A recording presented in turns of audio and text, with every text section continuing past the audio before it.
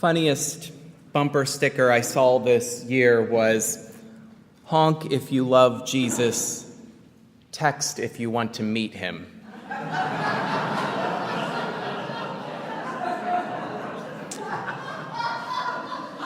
It took a little while for people to get it, but good. Okay. The scariest bumper sticker I saw this year was, "Don't honk, trying to sleep." I didn't want to be driving behind that person. The t-shirt slogan I liked the best was a simple one that said, "Kindness matters." And then there were, of course, lots of annoying t-shirts and bumper stickers, and even a few mean-spirited ones that I saw. Now, I have a love-hate relationship with these printed t-shirts and bumper stickers, and I didn't even think about that while I was writing it, and with my t-shirt. But I do have a love-hate relationship with t-shirts.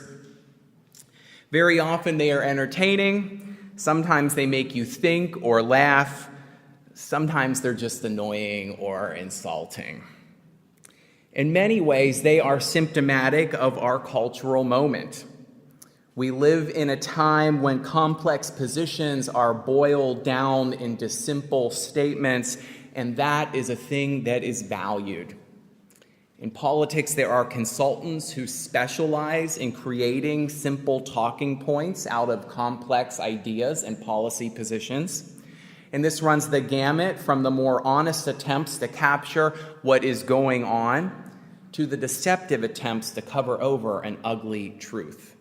An example of the latter was a 2015 bill called the Resilient Forests Bill, which would have allowed for logging in otherwise protected areas. So this effort to create simple slogans has some dark and unsettling echoes through our history. The people who have been the best at the use of sloganeering and talking points have probably been the fascist regimes of the early to mid-20th centuries. The literal translation of fascism is a bundle of sticks, and it projects the idea of binding a community together through a common vision. In order to do this, Mussolini and Hitler realized that there could not be room for complicated thought.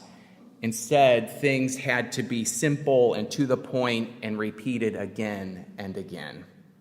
Joseph Goebbels, the man in charge of propaganda for the Nazi machine, put it this way: if you tell a lie big enough and you keep repeating it, people will eventually come to believe it.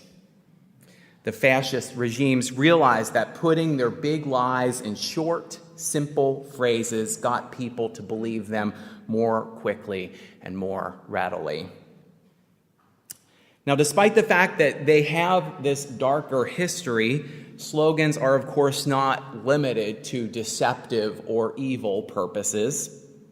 "Make love, not war," was a refrain of the hippie movement. "We shall overcome," which is, of course, a part of a hymn, is a compact statement that is heavily evocative of the civil rights era. All one has to do is utter or write those words in order to evoke an entire fight for justice. "Silence equals death" was a slogan that the LGBTQ community created in the 1980s. And that was a time that the community was being actively ignored, beaten, and killed, and the slogan meant that people had to start speaking up.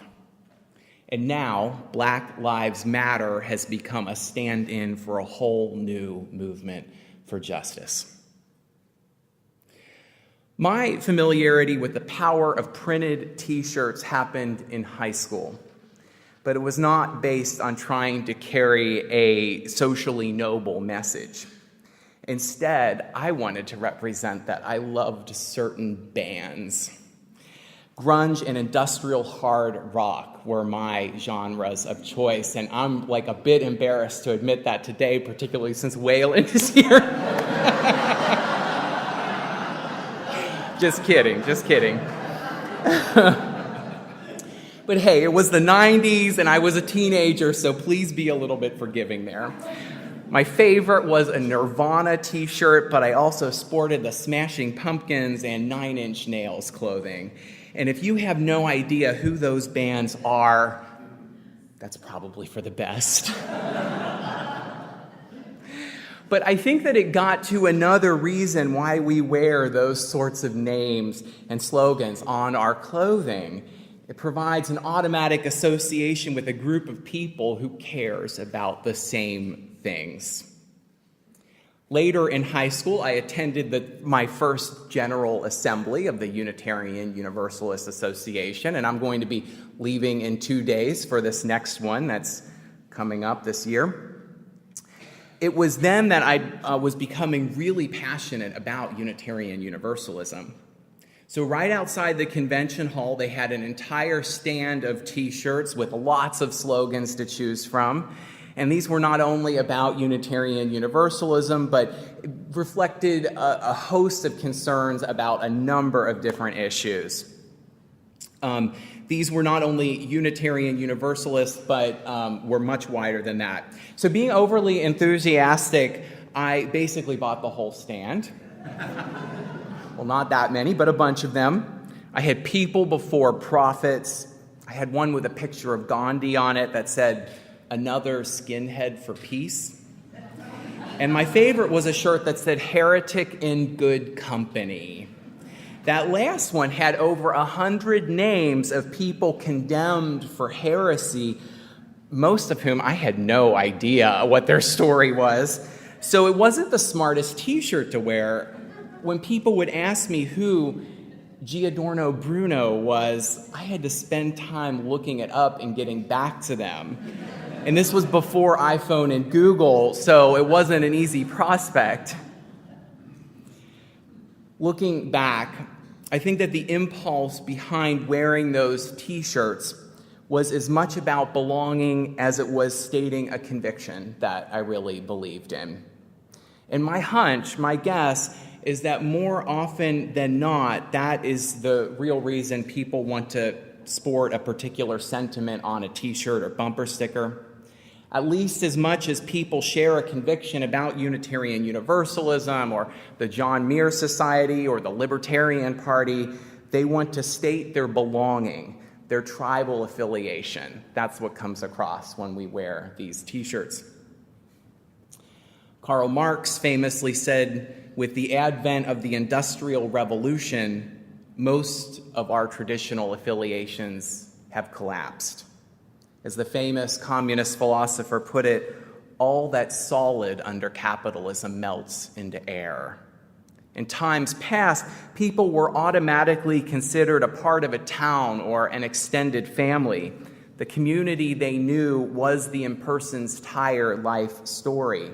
A church was not a choice, but rather a place of belonging that would conduct that person's baptism and also that person's memorial. For better or for worse, capitalism and modernity changed all of that.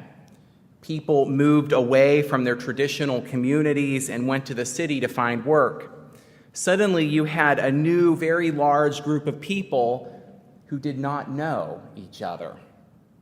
But just because people moved away from their traditional clans and affiliations, this did not change the need for belonging. If anything, it made the craving for belonging all the more intense. We are social beings, and we crave to be in community with other people. And so people started to invent communities to be a part of. Some of these were religious groups, some political, some social. But they were all places that people could feel that they belonged.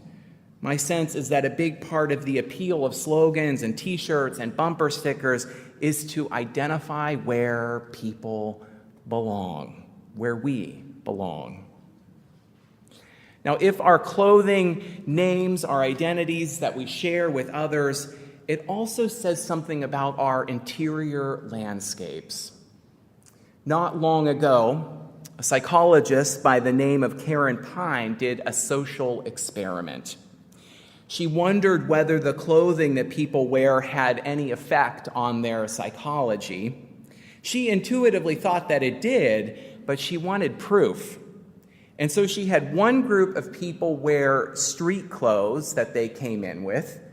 They then had to answer a whole host of questions about their physical abilities and their perceptions and their strength. Questions such as how much weight can you lift and how fast can you run were on this list. She then repeated the experiment with another group of people. This time, though, she had all of them wear Superman t-shirts. And what she discovered is that, indeed, the group that was wearing the Superman t-shirts estimated their abilities to be higher than that of the control group. A psychologist writing on this phenomenon called it enclothed cognition. I love that term, enclothed cognition. Basically, we shape our attitudes, our cognition with the clothing that we wear on our bodies. This does not even cover the attitudes that other people have based upon us because of what we wear. It's only the attitudes that we carry. Now, in 2012, I went to Phoenix with the youth group from my previous church in California. That was also to a general assembly.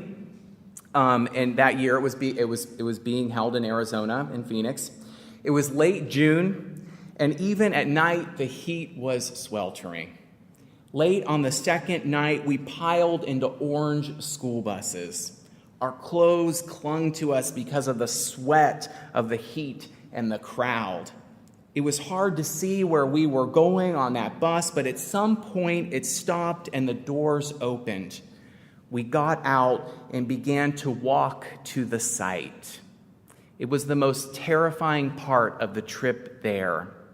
In that open carry state, we walked down a street lined with counter-protesters, many of whom were carrying firearms. It looked like a gauntlet, one that could become volatile and inflammatory at any moment. But we walked down anyway, and we made it to the site. We made it to Tent City. Tent City has been described as a kind of concentration camp in the United States, in Arizona, set up by Joe Arpaio, where men and women who come across the border without papers are put after they are arrested. Sometimes they are held there for months with no charges. They live outside in temperatures well over 100 degrees. They routinely get sick and sometimes die from heat and exposure. Whatever your personal view is on immigration, I think it's hard to deny that this is a brutal, inhumane, and un-American place. And our General Assembly surrounded it in order to witness to it. The candles started to be lit and songs started to be sung. We started chanting to the inmates in Spanish, "We see you, we have not forgotten you." And all of us, or at least most of us, were wearing our Standing on the Side of Love t-shirts. We came together as Unitarian Universalists. We came to bear witness to love in that fraught context. It was a love born in our music, our chanting, our candlelight, and yes, also in our t-shirts. I would like to call this an enclothed theology. An enclothed theology. It was a theology that we were wearing out in the world. And the next day, the picture of thousands of us wearing those bright yellow t-shirts came across on many of the newspapers across the country. I think that we have lots of opportunities to witness to love. We can even wear it if we choose. And maybe, if the psychology is right, that will help to make us a bit more loving and kind. And if my experience in Phoenix is right, the world just might take notice. Let the world take notice. Amen. I love you. And may this be our prayer until it becomes our reality.